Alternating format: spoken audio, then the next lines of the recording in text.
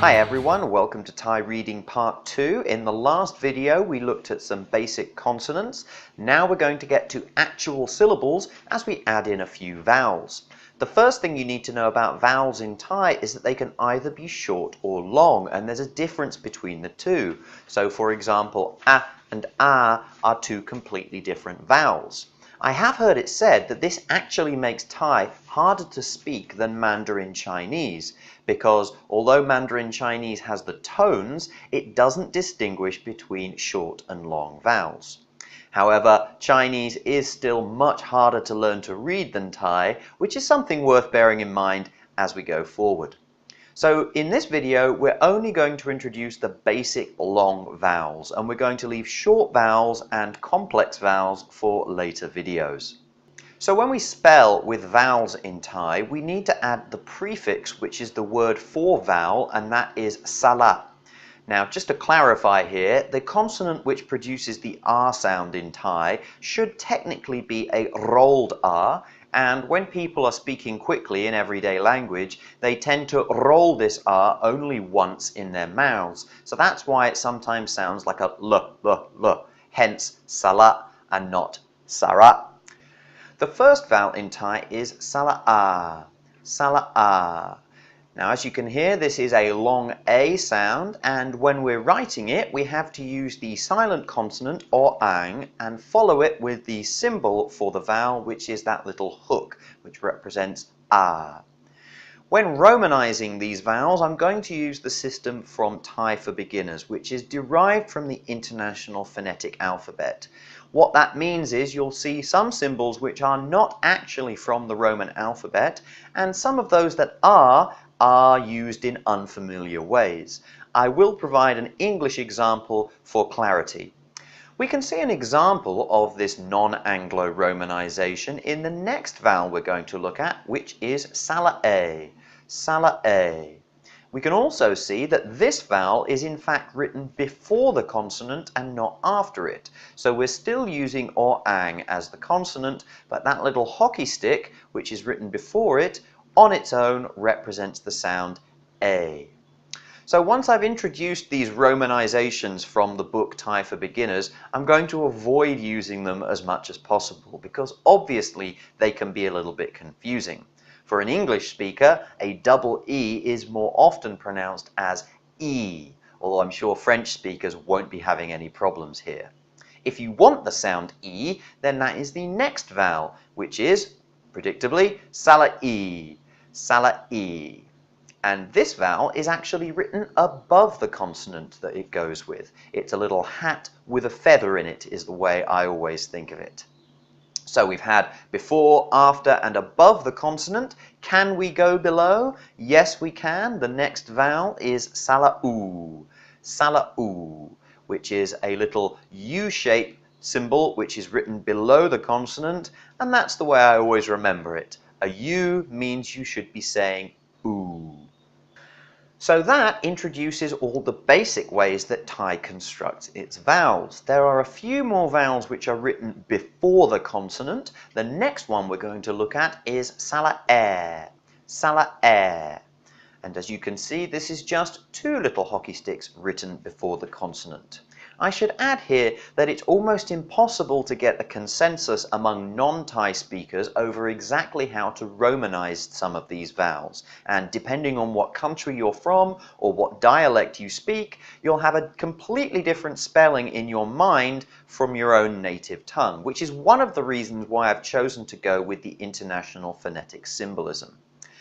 This, however, is still slightly confusing in the case of vowels like Salah O, Salah O, which is similar to the little hockey stick shape, except it rises up above the consonant and then curves forward in a kind of little scythe shape, if you will.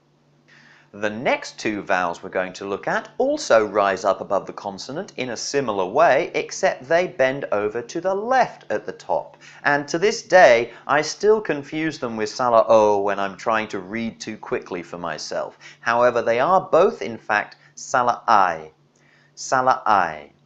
So these are two completely different vowels, however they have identical pronunciations. The first one is far more common in vocabulary, and that is Salah I my Malay. The second one is less common in the sense that it's only in 20 words in the entire language. However, you'll very quickly find that it's in 20 rather common words, so it still comes up quite a lot in the written language. This one is called Salah I my Muan. In the last few vowels, we're going to start to see a few of the complexities of the writing system. The next one we're going to look at is Salah Aw, Salah Aw. And you can see this uses two symbols, one before and one after the consonant, and making matters worse, they're symbols we've already used before in other vowels. Obviously, this can get a little bit confusing. It certainly was for me, but just trust me when I say that eventually your eye does get used to just tracking just a little bit ahead of the consonant you're looking at so that you can sense if there's any other symbols you need to be aware of in order to pronounce that vowel correctly. With the next vowel, we're back to using only one symbol, but it's a symbol we've seen before. It is in fact or-ang, which in this case is being used as the vowel Salah O, Salah O.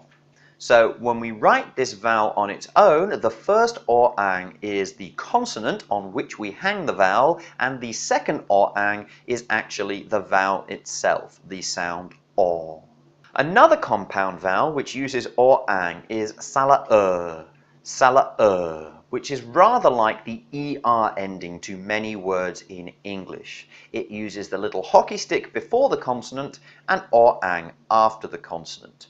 If we bring in to tau at this point and we make that syllable with this vowel, we get te, te. Finally, there is perhaps the most confusing vowel for new speakers of Thai, and that is Salah Oo, Salah Oo, which has no comparative sound in English. Thai for Beginners describes it as saying while smiling broadly.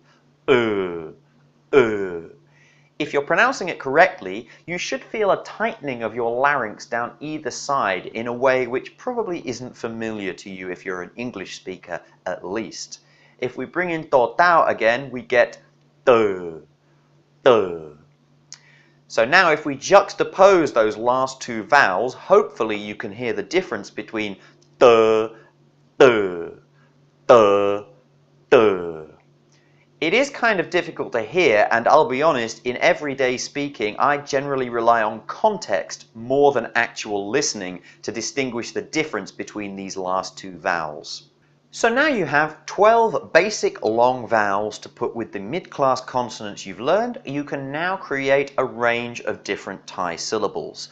At this stage, all of the syllables are going to be pronounced in the mid or neutral tone with no change to your normal speaking voice. We'll bring in the tones in a couple of videos' time. However, as yet, we haven't really practiced writing these letters in any great detail. So that's what we're going to do in the next video. Bye for now. Hey,มันรู้ว่าเธอไม่เอา ให้มันรู้ว่าเธอไม่สน